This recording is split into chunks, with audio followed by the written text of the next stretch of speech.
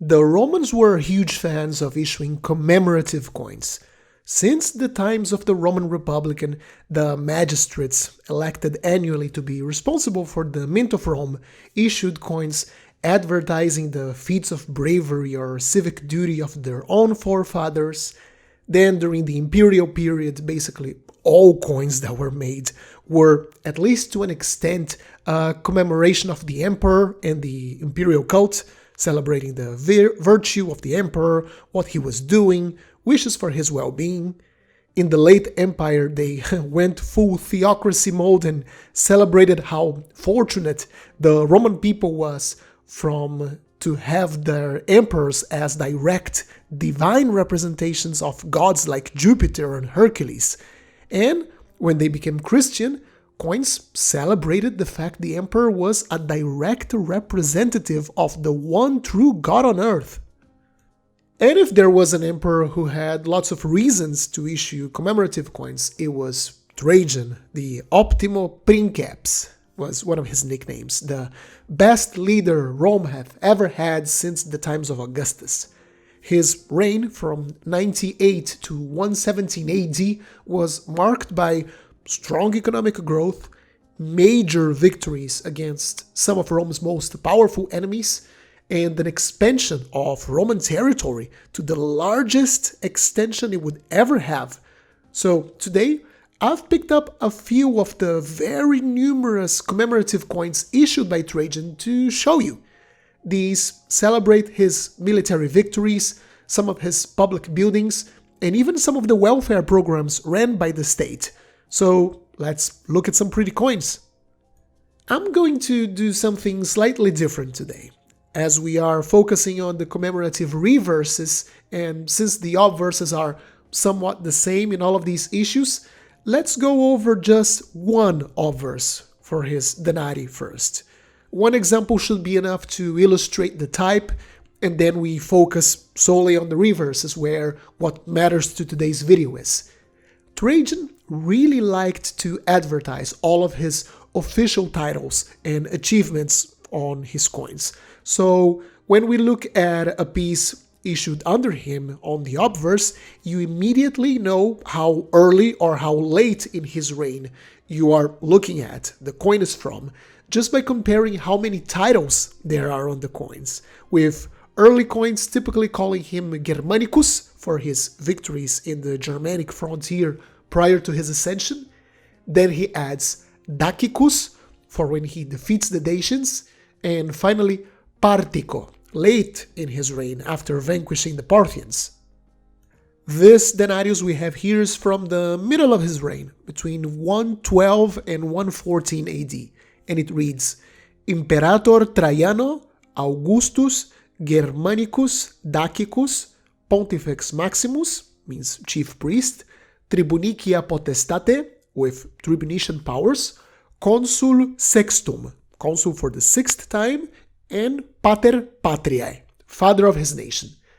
As for the portraits in these coins, there are some variations in style, but the majority typically shows Trajan with a very dignified pose, wearing the laurel crown, and as for his clothing, some varieties like this one only show his head with a small part of some draperies showing to the right side, while others might show him wearing some draperies over his battle cuirass, sometimes just his cuirass without any covers. That's typically the gist of it. Just as a curiosity to show you how comically long some of his late legends could get, here's a sestertius. These are fairly large coins, so there's lots of space to add words here, and in this case it reads Imperator, Caesar, Nerva was his predecessor, Traiano, Optimo Augusto, the best emperor, Germanicus, Dacicus, Partico, Pontifex Maximus, Tribunicia Potestate, Consul Sextus, Pater Patriae. Imagine if you were the die engraver for these coins, and after adding all of these letters to the die, you realize you misspelled a word and you had to start all over again. Okay, so let's get on with the reverses then, and we start with a coin celebrating Trajan's victory over the Dacian kingdom. This kingdom was a federation of Thracian and other Indo-European peoples that lived in the area of, well, Dacia, which is modern-day Moldova and Romania. They were very well organized for a supposed barbarian tribe. They had a reputation of assembling quite competent armies, and their territory possessed rich reserves of gold and silver. One of Trajan's predecessors, Domitian, failed to conquest Dacia. This was in fact a huge shame in the reputation of the unstoppable Roman army. So when Trajan invaded and managed to conquer the kingdom, after two very costly conflicts, mind you, between 101, 102 and 105, 106, he showered Rome and its people with silver and gold captured from the Dacians. That's how he managed to build all of these famous monuments that are still in Rome today. Here we have the image of a seated Dacian soldier. It could also be the image of Dacia itself, a personification of the province, resting her head over one hand in this really sad pose, and she's sitting over a pile of captured Dacian military equipment. I love the attention to detail in these captured weapons. These aren't just some random drawings of shields and spears. They're actually in line with what we know a Dacian soldier's equipment looked like. From the round and these somewhat elongated rectangular shields, to the spears, to the two phalanxes.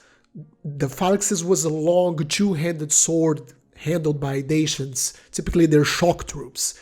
You can see the blades projecting to the left of the image of Dacia, like behind her. We can't see the handle of the swords, just the two curved blades projecting from behind her. Very well thought out design with a lot of attention to detail. Coins really are historical documents. Anything you see in an ancient coin had some thought put on it. They wouldn't put just random things on a coin. Under all of it, we can read Dacia Capta, the conquered Dacia. And around the design, the legends are a continuation of Trajan's honorific titles. This piece, struck between 108 and 109 AD, reads Consul quintum pater patriae senatus populusque Romanus optimo princeps. This next coin is probably one of my favorites in my collection. It features a monument which is still standing, it's still in nearly perfect shape, and you can still visit it in its original site in Rome. That's Trajan's Column. It is located on where it used to be yet another of Trajan's buildings, Trajan's Forum. It couldn't have been named otherwise, of course. And it is this massive, 30-meter tall column. Around the column, there's a frieze that wraps around the length of the column. It goes around and around all the way to the top. And in it, there are sculpted scenes telling the story of Trajan's campaign against the Dacians, beginning at the bottom with the preparations of the campaign, all the way to the final victory at the very top. The frieze used to be fully colored, which would have made it even more impressive.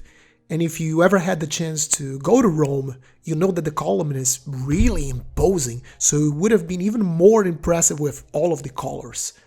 At the top, there would have been a statue of Trajan, which was later replaced by one of St. Peter.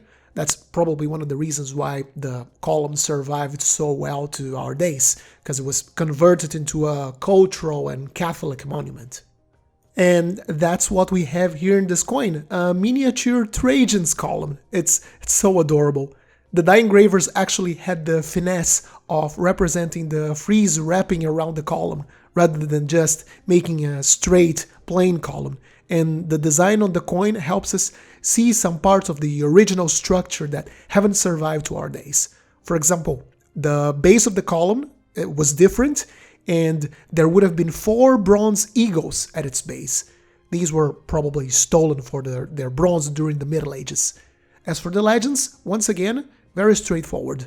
Senatus populusque Romanus optimo principi. Now here we have a reverse celebrating the construction of the Via Traiana, Of course, Trajan would not have named this road any other way after calling every single other project he commissioned as Trajan's Port, Trajan's Forum, Trajan's Market, Trajan's whatever. This was a new road that connected the cities of Beneventum and Brundisium. We can see in this map I have up on the screen. It's the red track.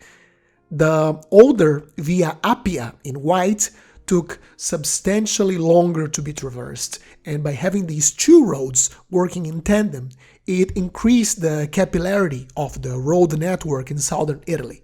More cities would be able to access these major highways to reach Rome, and this of course would have improved commerce, and it allowed easier access to the harbors on the eastern shores of the peninsula, making any military or civil expeditions to the east much quicker and easier.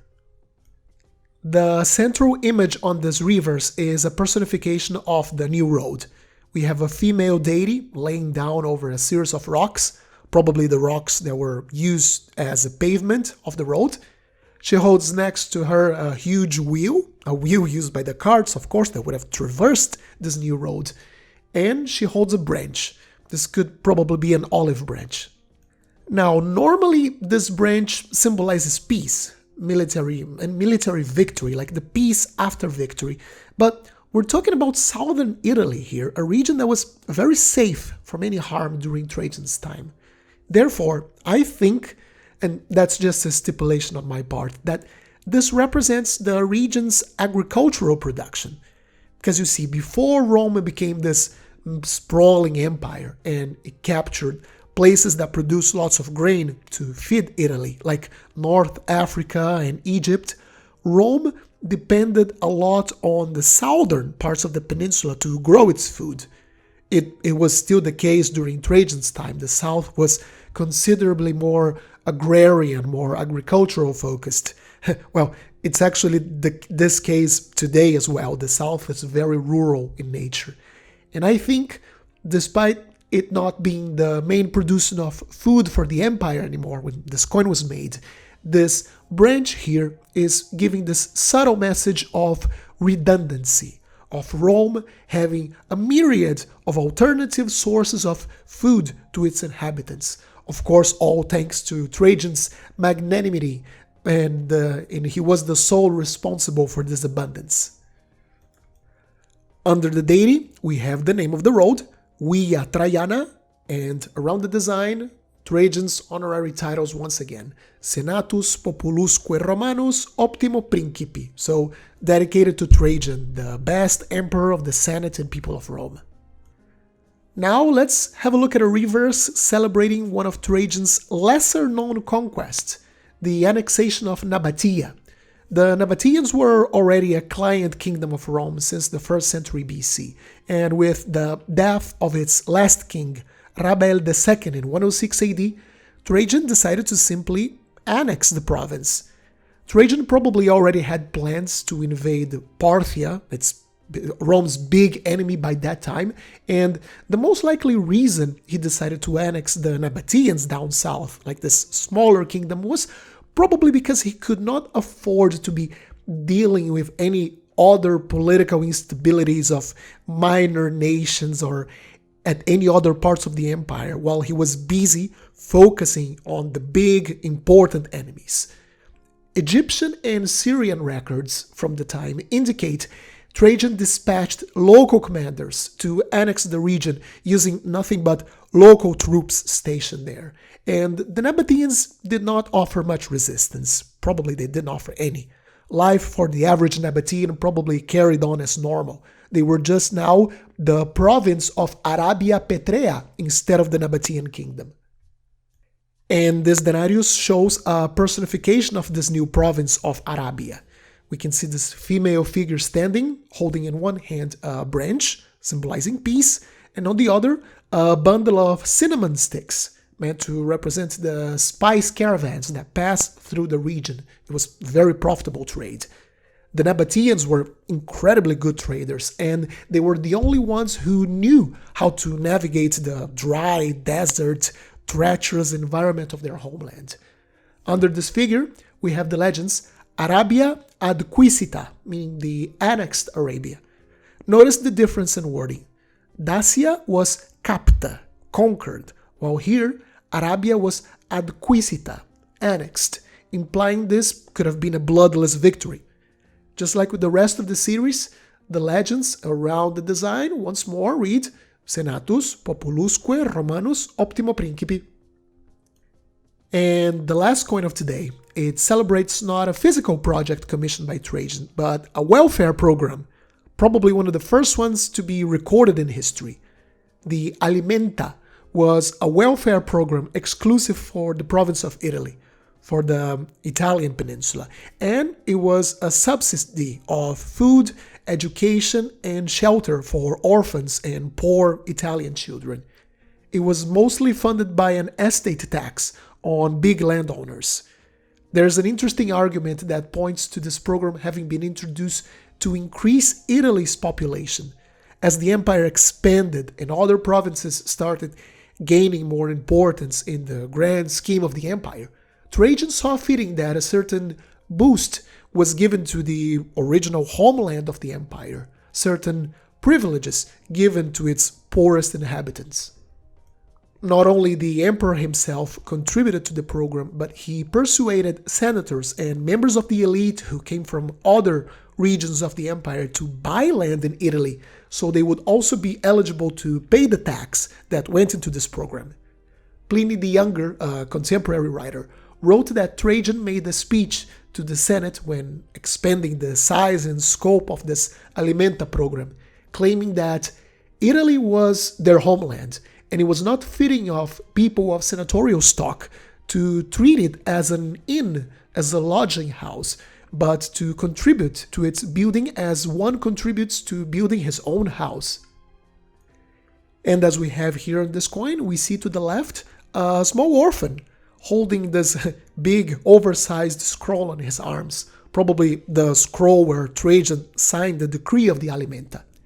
To his right, we see a larger image of Abundantia, the goddess of abundance, holding on one hand a cornucopia, this magical horn where an endless stream of food would come out of, and on her other hand, she holds wheat stalks, symbolizing the distribution of food, of bread, to the young children of Italy. Under them, we can read Alimenta Italica, and around the design, Senatus Populusque Romanus, Optimo Principi. Trajan's Alimenta inspired other welfare programs instituted by the following emperors. In particular, I like the Pullae Faustinianae, a program created by a later empress, Faustina, and it was focused on educating and feeding orphan girls. Now, although I don't have a video of the next coins, I would be amiss not to mention other super cool types of commemoratives struck under Trajan. My favorites are, first, the Portum Traiani, celebrating an extension of the port of Ostia commissioned by Trajan. It was meant to increase its capacity. Ostia was the coastal town where all of the goods that came by sea to Rome were unloaded in. They would then be loaded on smaller carts or smaller boats, and these would ferry the goods up the Tiber to Rome itself. If you go on Google Maps and look for Lago Traiano in the outskirts of Rome, the outline of the lake is still perfectly visible, and you can visit it, the old harbor of Trajan. Another interesting type is the Forum Traiano, shown in this aureus. This was a coin celebrating the overall massive temple complex raised by Trajan. It actually didn't only have temples. It had temples, basilicas, public buildings, places for public records, all of these commissioned by Trajan right at the heart of the capital. The column of Trajan I just talked about earlier was one part of this forum complex. Then there are the sesterces celebrating the complete reconstruction and refurbishment of the Circus Maximus, where the famous chariot races were held, a sport that rivaled the gladiatorial matches in popularity. Now that I'm thinking about it, I'm actually surprised Trajan did not rename the Circus Maximus as Circus Traianus or something. The thought might have passed through his mind, I'm sure. And finally, the series of sestertii celebrating the bridge over the Danube River. In an incredible show of military engineering when fighting the Dacians, Trajan's troops built a 15 meters wide, a kilometer-long bridge over the Danube River. It was actually 1,100 meters. So they could cross the river and invade the Dacians. The feat was so impressive that for the next 1,000 years, it would be the single longest bridge on the planet.